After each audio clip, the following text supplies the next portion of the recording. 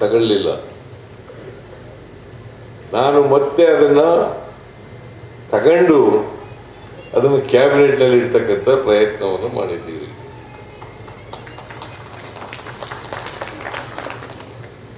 ಅದು ಯಾರಿಗೆ ವಿರೋಧ ಏನಿಲ್ಲ,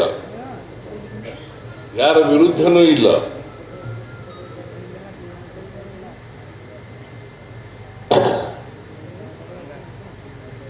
ಎಲ್ರಿಗೂ ಯಾರಿಗೆ ಅವಕಾಶಗಳಿಂದ ವಂಚಿತರಾಗಿದ್ದಾರೆ, ಶೋಷಣೆಗೊಳಪಟ್ಟಿದ್ದಾರೆ, ಆ ಜನರಿಗೆ ಆರ್ಥಿಕವಾಗಿ ಸಾಮಾಜಿಕವಾಗಿ ಶಕ್ತಿ ತುಂಬತಕ್ಕಂಥ ಕೆಲಸ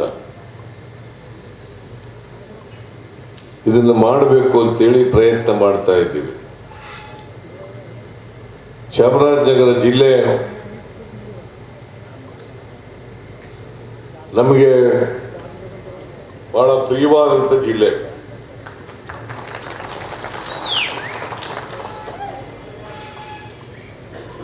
ಇದು ಹೊಸ ಜಿಲ್ಲೆ ಪ್ರಾರಂಭ ಮಾಡಿದ್ದೆ ನಾವು. ಹೊಸ ಜಿಲ್ಲೆ ಬಂದರೆ ಮುಖ್ಯಮಂತ್ರಿ ಸ್ಥಾನ ಹೊರಟೋಯ್ತದೆ ಅಂತಿದ್ರು. ಚಾಮರಾಜನಗರ ಜಿಲ್ಲೆಗೆ ಬಂದರೆ ಮುಖ್ಯಮಂತ್ರಿ ಸ್ಥಾನ ಹೊರಟೋಗ್ಬಿಡ್ತದೆ. ನಾವೊಂದು 20 ಸಾರಿ ಬಂದಿರ್ಬೇಕಪ್ಪ, ಅದಕ್ಕೆ 2 ಸಾರಿ ಮುಖ್ಯಮಂತ್ರಿ ಆಗಿರೋದು ನಾನು. ನನ್ನ ಕುರ್ಚಿ ಭದ್ರವಾಗಿ ಉಳ್ಕೊಂಡಿದೆ.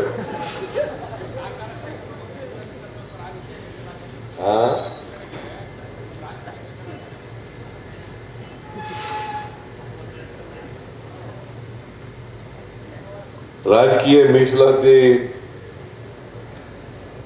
ತಾಲೂಕಾ ಪಂಚಾಯತಿನ ಜಿಲ್ಲಾ ಪಂಚಾಯತಿಯಲ್ಲಿ ಮುನ್ಸಿಪಾಲಿಟಿಗಳಲ್ಲಿ ಕೊಟ್ಟವ್ರು ಯಾರು? ಅಲ್ಲ, ನೀನು ಬಿಜೆಪಿ ಕೊಟ್ಟೋಗಿದೆ. ಯಾವ ಪಾರ್ಟಿ ವಿರೋಧ ಮಾಡ್ತದೆ ಆ ಪಾರ್ಟಿ ಕೊಟ್ಟೋಗಿದೆ. ನೀನು ಕೂತ್ಕೋ. ಯಾವ ಪಾರ್ಟಿ ಮೀಸಲಾತಿನೇ ವಿರೋಧ ಮಾಡ್ತದೆ ಆ ಪಾರ್ಟಿಗೆ ಹೋಗಿದ್ದವನು ನಿನಗೆ ಪ್ರಶ್ನೆ ಕೇಳ್ತಾ ಇದೆಯಲ್ಲ ನೀನು. ಬಿಜೆಪಿ ಕೇಳ್ದ ಯಡಿಯೂರಪ್ಪನಿಗೆ, ಅನಂತಕುಮಾರ್ಗೆ, ಜೋಶಿಗೆ ಕೇಳ್ದ, ಅವ್ರು ಹೇಳ್ಕೊಡ್ತಾರೆ ನಿಮಗೆ. ಅವರು ನಿಮ್ಗೆ ಗೊತ್ತಾ, ಒಬ್ಬರು ಜೋಶಿ ಎಲ್ಲ ಜೋಯಿಷ್ ಅಂತ ಒಬ್ರು ಇದ್ರು, ರಾಮ ಜೋಯಿಷರು. ಈಗ ಅಲ್ಲೇ ಇದ್ದ ನೀನು. ಅಲ್ಲ, ಹೈಕೋರ್ಟ್ಗೆ ಹೋಗಿ ಸುಪ್ರೀಂ ಕೋರ್ಟ್ಗೆ ಹೋಗಿ ಕೇಸ್ ಹಾಕ್ಬಿಟ್ಟು ಮೀಸಲಾತಿ ಕೊಟ್ಟರದೇ ಸರಿ ಇಲ್ಲ ಅಂತ ವಾದ ಮಾಡಿದ್ರು. ಆ ಪಾರ್ಟಿನಲ್ಲಿ ಇದ್ದೆ ನೀನು. ಕೂತ್ಗಳೇ, ನಂಗೆ ಗೊತ್ತಿದೆ, ಪದೇ ಪದೇ ಹೇಳ್ಬೇಡ, ನನಗೆ ಗೊತ್ತಿದೆ, ಕೂತು.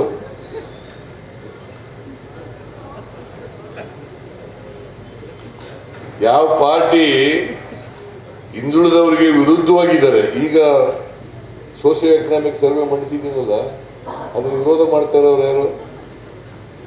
ಯಾರಪ್ಪ? ಒಳ್ಳೇದ ಅಶೋಕ ಏನ್ ಮಾಡ್ತಾ ಇದ್ದಾನು? ವಿಜಯೇಂದ್ರ ಏನ್ ಮಾಡ್ತಾ ಇದ್ದಾನು?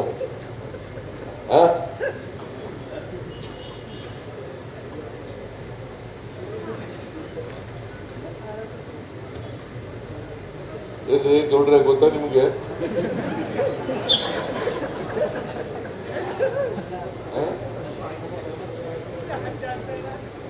ನಾನು ನನ್ನನ್ನೇ ಬೆಂಬಲಿಸ್ಬೇಕು ಅಂತ ಹೇಳಲ್ಲ. ಯಾರು ನಿಮ್ಮ ಪರ ಇರ್ತಾರೆ ಅವ್ರ ಪರ ಬೆಂಬಲಿಸ್ತಾರೆ, ಯಾರು ನಿಮ್ಮ ವಿರುದ್ಧ ಇರ್ತಾರೆ ಅವ್ರಿಗೆ ಬೆಂಬಲಿಸ್ಬೇಕು. ಯಾರು ನಿಮ್ಮ ಸುರೇಶ್ನ ಹೊಟ್ಟೋಗಿದ್ದ ಬಿಜೆಪಿಗೆ, ಈಗಲೂ ಅಲ್ಲೇ ಇದ್ದಾನ? ಇಲ್ಲ, ನಮ್ಮ ಜೊತೆಲಿ ಗಿರಾಕಿಗಳೇ ಅಲ್ಲಿ ಹೊಟ್ಟೋಗಿದ್ದಾರೆ. ಸಿಗ್ತಿಲ್ಲ ಅಂತ ಅಲ್ಲಿ ಹೋಗಿದ್ದಾರೆ, ಅಲ್ಲೇನು ಸಿಗ್ತಿಲ್ಲ ಅಂತ ಮತ್ತೆ ಇಲ್ಲಿಗೆ ಬರ್ತಾರೆ.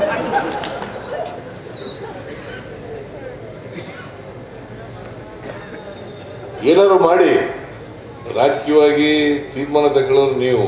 ಆದರೆ ತಗೊಳ್ಳುವಾಗ ಯಾರು ನಿಮ್ಮ ಪರ ಇರ್ತಾರೆ, ಯಾರು ನಿಮ್ಮ ಪರ ಇಲ್ಲ, ಅದನ್ನು ಯೋಚನೆ ಮಾಡಿ. ನಿಮ್ಗೆ ವಿರುದ್ಧ ಇರೋರಿಗೆಲ್ಲ ಬೆಂಬಲ ಕೊಡಕ್ಕೆ ಹೋಗಬಾರ್ದು.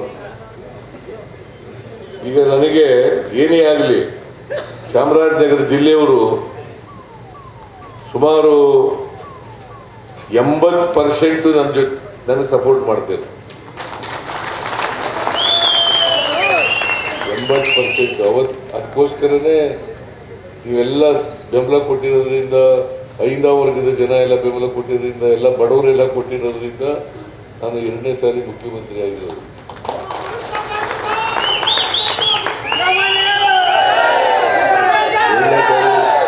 ಸುಲಭ ಅಲ್ಲ ಮುಖ್ಯಮಂತ್ರಿ ಆಗೋದು. ಆ ಬಂಗಾರಪ್ಪನಂತವ್ರನ್ನೇ 2 ವರ್ಷಕ್ಕೆ ತೆಗೆದಾಕ್ಬಿಟ್ರು. ವೀರಪ್ಪ ಮೊಯ್ಲಿಯವ್ರನ್ನೇ 2 ವರ್ಷ ತೆಗೆದಾಕ್ಬಿಟ್ರು. ನಾನು ದೇವರಾಜ ಅರಸು ಬಿಟ್ಟರೆ 5 ವರ್ಷ ಪೂರೈಸಿರೋರು, ಅವ್ರು ಬಿಟ್ಟರೆ ನಾನೇ ಪೂರೈಸಿರೋರು.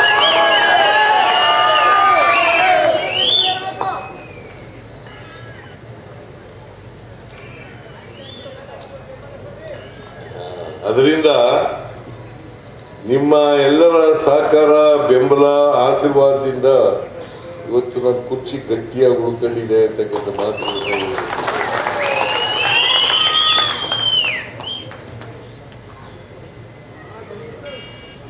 ಇನ್ನು ಮುಂದೆನೂ ಕೂಡ ನಿಮ್ಮ ಆಶೀರ್ವಾದ ಇರಲಿ. ಇಷ್ಟು ಮಾತ್ರ ಹೇಳ್ತೇನೆ, ನಿಮ್ಮ ಜೊತೆ ನಾನು ಯಾವಾಗಲೂ ಕೂಡ ಇರ್ತೇನೆ. ನೀವು ಆಶೀರ್ವಾದ ಮಾಡಿ ಮಾಡದೆ ಹೋಗಿ, ಸಾಮಾಜಿಕ ನ್ಯಾಯದ ಪರವಾಗಿರುತ್ತೇನೆ.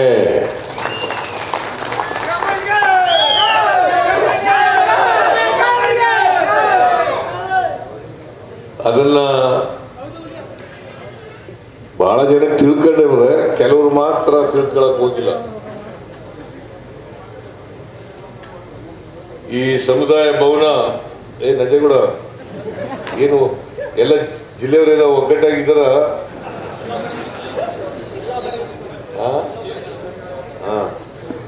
ಎಲ್ಲ ನೋಡಿದೆ, ಅಲ್ಲಿ ಕೆಲವರೆಲ್ಲ ವಂತಿಗೆ ಕೊಟ್ಟಿದ್ದಾರೆ ಕಾಂಟ್ರಿಬ್ಯೂಷನ್. ನಂಜೇಗೌಡ ಅದಕ್ಕೆ ನನ್ನ ಹತ್ರ ಬಂದು ತಿರುಗಿ ಪಾಪ ನಾ ಈ ಜಾಗ ತಗೊಳಕ್ಕೆ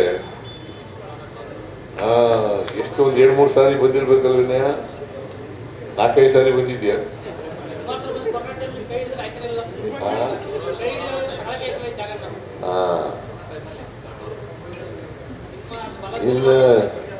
ಇನ್ನು ಇದಕ್ಕೆ ಸಮುದಾಯ ಭವನಕ್ಕೆ ಹಣ ಕೊಡೋಣ. 2 ಕೋಟಿ ಮಂಜೂರು ಮಾಡಿದ್ದೀನಿ, 50,000 ಕೊಟ್ಟಿದ್ದೀನಿ, 50 ಲಕ್ಷ ಕೊಟ್ಟಿದ್ದೀನಿ, ಕೊಡೋಣ. ಆದರೆ ಹಾಸ್ಟೆಲ್ ಮಾತ್ರ ಮಾಡೋದನ್ನ ಮರಿಬೇಡಿ. Hostel is very important. ಈಗೆಲ್ಲ ಹೈಯರ್ ಎಜುಕೇಷನ್ ಎಲ್ಲ ನಡೀತಕ್ಕಂಥದ್ದು PUC ನಂತರ ಡಿಗ್ರಿ ಓದೋದು, ಮೆಡಿಕಲ್ ಓದೋದು, ಇಂಜಿನಿಯರಿಂಗ್ ಕಾಲೇಜ್ ಓದೋದು, ಅವೆಲ್ಲ ನಡೆಯೋದು ಪಟ್ಟಣಗಳಲ್ಲಿ, ಡಿಸ್ಟ್ರಿಕ್ಟ್ ಹೆಡ್ ಕ್ವಾರ್ಟರ್ಸ್ಗಳಲ್ಲಿ, ಆಮೇಲೆ ಬೆಂಗಳೂರು ಅಂತ ನಗರದಲ್ಲಿ, ಇವೆಲ್ಲ ಕಡೆ ನಡೀತದೆ. ಅದಕ್ಕೆ ಎಲ್ಲ ಕಡೆ ಹಾಸ್ಟೆಲ್ ಬೇಕು. ಅದಕ್ಕೆ ನಮ್ಮ ಗಾಂಧಿನಗರದಲ್ಲಿ ಇರ್ತಕ್ಕಂಥ ಹಾಸ್ಟೆಲ್ ಇದೆಯಲ್ಲ, ಕುರುಬರ ಹಾಸ್ಟೆಲು, ಅದನ್ನು ಡೆಮಾಲಿಷ್ ಮಾಡಿ ದೊಡ್ಡದಾಗಿ ಮಾಡಬೇಕು ಅಂತ ಮಾಡಿದ್ದೀವಿ.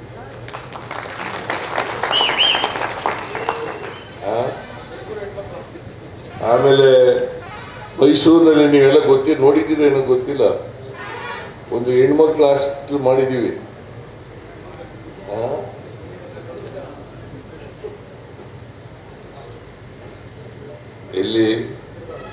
ಇಲ್ಲಿ ಸಮುದಾಯ ಭವನ ಮಾಡಕ್ಕ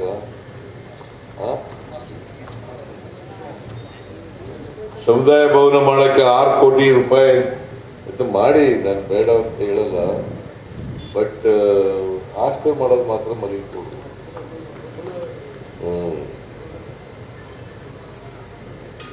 ಸೊ ನೀವೆಲ್ಲ ಪಾಪ ಜನ ಒಳ್ಳೆಯವರು ಇದ್ದೀರಿ, ಚಾಮರಾಜನಗರದವರು ಭಾಳ ಜನ ಎಲ್ಲ ಒಳ್ಳೆಯವರು.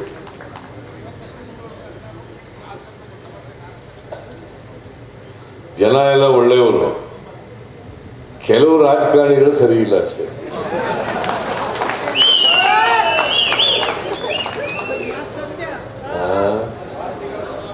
ಅಲ್ಲಿ ಇಲ್ಲಿ ಸಮುದಾಯ ಭವನ ಹಾಸ್ಟೆಲ್ ಮಾಡಲಿಕ್ಕೆ, ಶಿಕ್ಷಣ ಸಂಸ್ಥೆ ಮಾಡಲಿಕ್ಕೆ ಸ್ವಲ್ಪನೂ ಕೂಡ ರಾಜಕೀಯ ಮಾಡಕ್ಕೆ ಹೋಗ್ಬೇಡಿ. ಸ್ವಲ್ಪನೂ ರಾಜಕೀಯ ಮಾಡಬಾರ್ದು. ಸುಮ್ಮನೆ ಇಟ್ಬಿಡಿ, ಏನು ಕೊಡೋಕ್ಕಾಗದೆ ಹೋದ್ರೆ. ಬಟ್ ಕಿತಾಪತಿ ಮಾಡಕ್ಕೆ ಹೋಗ್ಬೇಡಿ.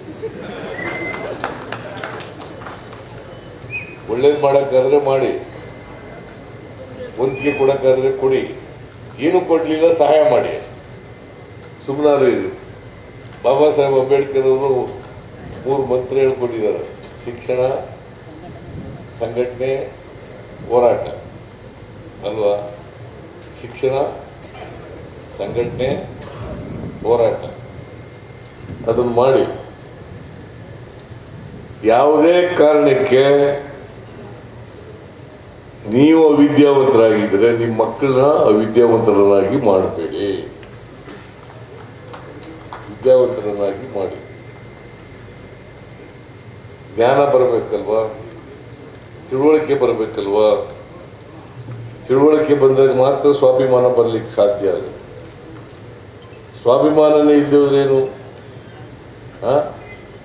ಗುಲಾಮಗಿರಿ ಇರ್ತದೆ, ಸ್ವಾಭಿಮಾನ ಇದ್ದವರು. ಅದಕ್ಕೆ ಸ್ವಾಭಿಮಾನ ಬೆಳೆಸ್ಕೊಳ್ತಕ್ಕಂಥ ಕೆಲಸವನ್ನು ಮಾಡಬೇಕು. ಅದನ್ನು ಮಾಡಿ ಅಂತೇಳಿ ನಿಮಗೆ ನಮ್ಮ ಅನೇಕ ಆ ಕಾಲದಲ್ಲಿ ನಾನು ಮಧ್ಯೆ ಗ್ಯಾಪ್ ಆಗೋಯ್ತು. ಬಹಳಷ್ಟು ಸಮುದಾಯ ಭವನಗಳು ಅರ್ಧಂಬರ್ಧ ಆಗ್ಬಿಟ್ಟಿದ್ದಾವೆ. ಅವೆಲ್ಲನೂ ಈ ಅವಧಿನಲ್ಲಿ ಮುಗಿಸ್ಕೊಡ್ತಕ್ಕಂಥ ಕೆಲಸ ಮಾಡೋಣ. ಈಗ ಅನೂರಿನಲ್ಲಿ ನಮ್ಮ MLA ಇಲ್ಲೇ ಇದ್ದಾನೆ, ಮಂಜುನಾಥ. ಅನೂರಿನಲ್ಲಿ ಎಷ್ಟೋ ವರ್ಷಗಳ ಹಿಂದೆ ಅದಾಯಿತು. ಆಮೇಲೆ ನಿಮ್ಮೂರಿನಲ್ಲಿ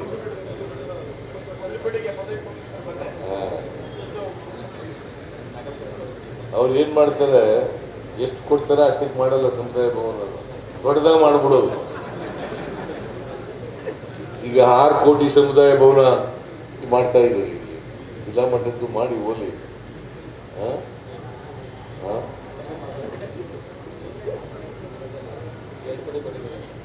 ಅಲ್ಲಿ ಚಾಮರಾಜನಗರಕ್ಕೂ 2 ಕೋಟಿ ಕೊಟ್ಟಿದ್ದೀನಿ. ಕೆಲಸ ನಡೀತಾ ಇದೆ. ಈಗ ಇಲ್ಲೂ ಇದು ಜಿಲ್ಲಾ ಮಟ್ಟದ್ದು ಇದುವೇ. ಈಗ ನೀನು ಅಧ್ಯಕ್ಷ, ನಂಜೇಗೌಡ ಅಲ್ಲ,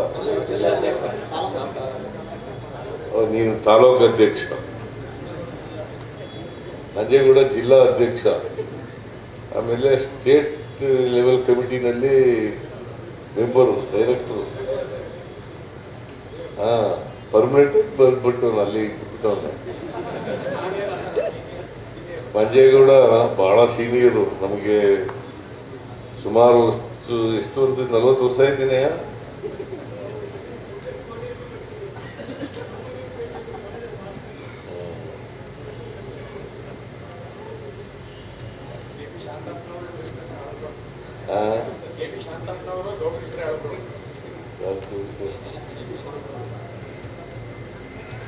ಏನಿಲ್ಲ, ಬಹಳ ಜನ ಇದ್ದಾರೆ. ಬಹಳ ಜನ ನಮ್ಮ ಜೊತೆ ಇದ್ದವರು ಒಟ್ಟೋಗಿದ್ದಾರೆ. ಅವರೆಲ್ಲ ಹಳಬ್ರೆ, ಪುನಃ ಬರ್ತಾರೆ. ನೀವು ಎಲ್ಲಿದ್ದೀರಿ ಅಲ್ಲೇ ಇದ್ಬಿಟ್ರಪ್ಪ, ಬರಬೇಡಿ ಅಂತ ಹೇಳಿ. ಬಟ್ ನಂಜೇಗೌಡ ಇಲ್ಲೇ ಇದ್ದಾನೆ, ಕಂಟಿನ್ಯೂಸ್ ಆಗಿ ಇಲ್ಲೇ ಇದೆ. ಈ ಗೌಡ್ರು ಹೆಸರೇನು, ರಾಚೇಗೌಡ, ಇವನು ಭಾಳ ಹಳಬ್ನೇ.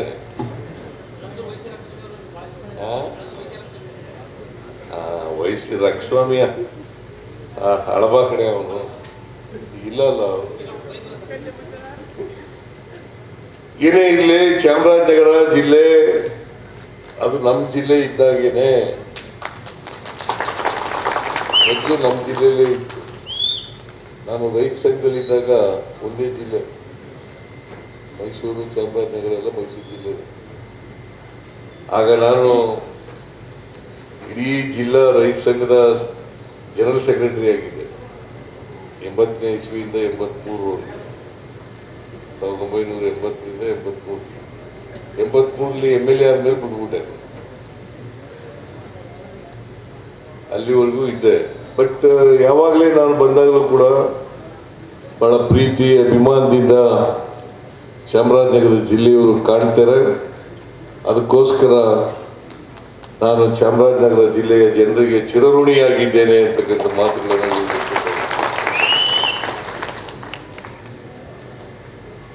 ಸೊ ನಾನು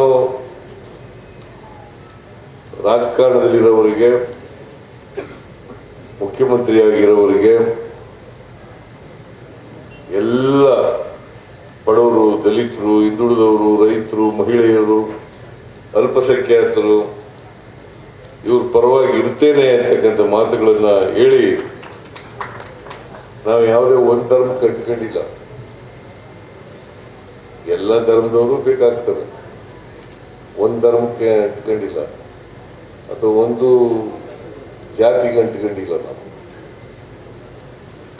ಹಾಗಂತೇಳಿ ನಮ್ಮ ಜನನ ಮರೆಸ್ಬಿಡ್ತೀವಿ ಅಂತಲ್ಲ. ಸಮಾಜದಲ್ಲಿ ಬರೀ ಒಂದು ಜನಾಂಗದವರಿಂದ, ಒಂದು ಧರ್ಮದವರಿಂದ ನ್ಯಾಯ ಕೊಡೋಕ್ಕಾಗಲ್ಲ. ಎಲ್ರಿಗೂ ನ್ಯಾಯ ಕೊಡಬೇಕಾದ್ರೆ ಎಲ್ಲರ ಬೆಂಬಲ, ಸಹಕಾರ ಅತ್ಯಂತ ಅಗತ್ಯ. ನನಗೆ ಇಡೀ ರಾಜ್ಯದಲ್ಲಿ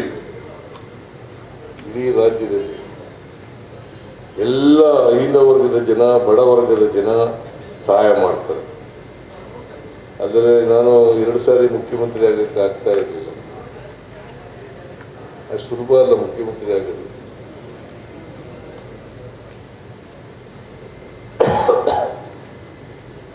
ಎನಿವೆ, ಇವತ್ತು ನಾ ಇನ್ನೂ ಊಟ ಮಾಡಕ್ಕೆ ಹೋಗ್ಬೇಕು. ಹಾಗಾಗಿ ಇನ್ನೂ ಸ್ವಲ್ಪ ಜಾಸ್ತಿ ಮಾತಾಡಬೇಕು ಅಂತ ಇದ್ರು ಕೂಡ ನಾನು ನಂಜೇಗೌಡರಿಗೆ ಅಡುಗೆ ಮಾಡಿಸ್ತೀನಿ ಅಂತಂದ. ಬೇಡಪ್ಪ ಮಾಡಬೇಡ, ನಾನು ಹೋಗ್ಬಿಡ್ತೀನಿ, ಅಲ್ಲಿ ಜಲ್ದಿ ಹೋಗ್ತೀನಿ ಅಂತ ಹೇಳಿದೆ. ಆದರೆ ಅದಕ್ಕೋಸ್ಕರ ಅಡುಗೆ ಮಾಡಿಸಿದೆ ಇವರಿಗೆಲ್ಲ ಬೇಡ ಅಂತ ನಾನೇ ಹೇಳಿದೆ. ಏನೇ ಆಗಲಿ, ಇವತ್ತು ಸಮುದಾಯ ಭವನಕ್ಕೆ ಶಂಕುಸ್ಥಾಪನೆಯನ್ನು ನಾವೆಲ್ಲರೂ ಕೂಡ ಮಾಡಿದ್ದೀವಿ. ತಿಮ್ಮಯ್ಯನವರೇ, ತಿಮ್ಮಯ್ಯ, ಸ್ವಲ್ಪ ನಿಮ್ಮ ಏರಿಯಾ ಡೆವಲಪ್ಮೆಂಟ್ ಇಂದ ಕೋಟಿ ಫಂಡ್ ಇನ್ಯಾರಿದ್ದಾರೋ ಇಲ್ಲಿ? ಸುನಿಲ್ ಬೋಸ್, ನೀನು ಕೂಡ, ಪುಟ್ಟರಂಗ್ ಶೆಟ್ಟಿ, ನೀನು ಸ್ವಲ್ಪ ಕೊಡು. ಆಮೇಲೆ ಮಂಜುನಾಥ, ಬಿಡಿ, ನೀನು ಕೊಡು.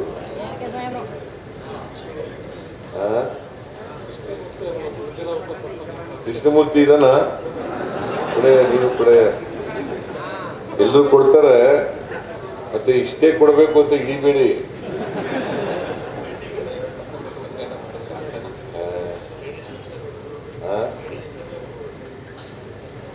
ಗಣೇಶ್ ಪ್ರಸಾದ, ನೀನು ಸ್ವಲ್ಪ ಕೊಡು.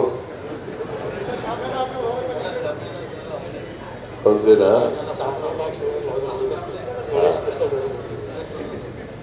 ಮಾಡ್ತಾನೆ, ಎಲ್ಲರೂ ಮಾಡ್ತಾರೆ. ನೀವು ಸ್ವಲ್ಪ ಅವ್ರನ್ನೆಲ್ಲ ಉಪಯೋಗಿಸ್ಕೊಳ್ಳೋದು ಮಾಡಿ ಅಷ್ಟೇ. ನಂಜೇಗೌಡನಿಗೆ ಗೊತ್ತಿದೆ ಹೆಂಗೆ ಇಲ್ಲ